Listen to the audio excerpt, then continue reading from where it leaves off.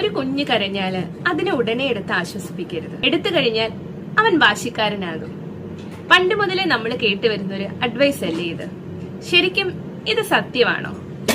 ഒരു കുഞ്ഞ് കരഞ്ഞാൽ ആദ്യം നമ്മൾ ചെയ്യേണ്ടത് എന്താണ്? കുഞ്ഞിനെ എടുത്ത് ആശ്വസിപ്പിക്കുകയാണെന്നുണ്ടെങ്കിൽ അത് സ്പോയിൽഡായി മാറുമോ?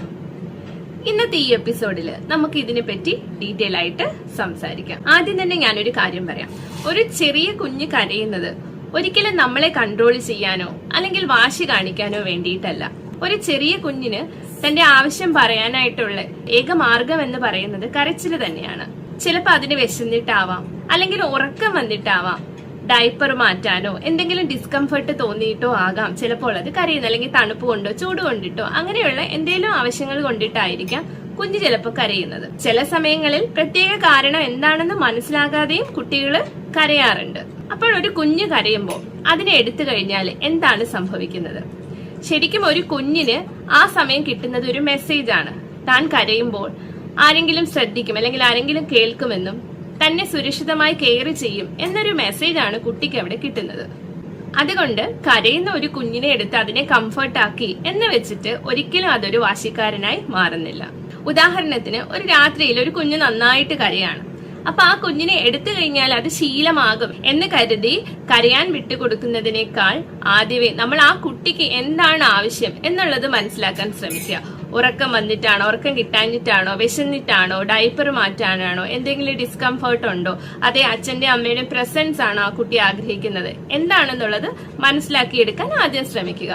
കുഞ്ഞിനെ എടുത്ത് അതിനോട് സംസാരിക്കുകയും അതിനെ കംഫർട്ട് ആക്കുകയും അല്ലെങ്കിൽ ആശ്വസിപ്പിക്കുകയൊക്കെ ചെയ്യുന്നതിലൂടെ ഒരു ബോണ്ട് ക്രിയേറ്റ് ആയി വരുവാണ് അവിടെ ചെയ്യുന്നത്. പക്ഷെ അതിന്റെ അർത്ഥം കുഞ്ഞ് കരയുമ്പോഴെല്ലാം എന്ത് വേണമെങ്കിലും കൊടുക്കണം എന്നല്ല. കുഞ്ഞ് വളരുന്ന അനുസരിച്ചിട്ട് boundaries, routines, self soothing skill ഇതൊക്കെ പതുക്കെ പഠിപ്പിച്ചെടുക്കാം. പ്രായം അനുസരിച്ചിട്ട് അപ്രോച്ചുകളും മാറി തുടങ്ങും. അതുകൊണ്ട് കുഞ്ഞ് കരയുമ്പോൾ അതിനെ എടുത്തു കഴിഞ്ഞാൽ അത് വാശിക്കാരനാകും എന്ന് വിചാരിച്ചിട്ട് അവരുടെ കരച്ചില് ഇഗ്നോർ ചെയ്യേണ്ടതില്ല.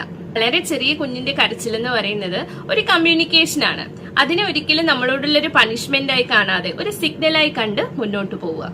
ഒരു കുഞ്ഞിനെ സ്നേഹത്തോടെ എടുത്ത് ലാളിക്കുകയും ആശ്വസിപ്പിക്കുകയും ഒക്കെ ചെയ്യുന്നത് അവനെ വാശിക്കാരനാക്കാൻ വേണ്ടിയല്ല, അവന് സുരക്ഷിതത്വമുള്ള ഒരു അനുഭവം ഉണ്ടാക്കിയെടുക്കുന്നതിന് വേണ്ടിയിട്ടാണ്.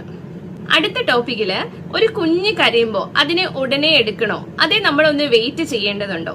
ഇത് ഒരുപാട് പേർക്കുള്ള ഒരു സംശയമാണ്. ഇതിനെ പറ്റിയിട്ട് നമുക്ക് സംസാരിക്കാം. അപ്പൊ എന്റെ ഈ വീഡിയോ ഇഷ്ടപ്പെട്ടിട്ടുണ്ടെങ്കിൽ തീർച്ചയായും ലൈക്ക് ചെയ്യുക, മറ്റുള്ളവർക്ക് ഷെയർ ചെയ്യുക.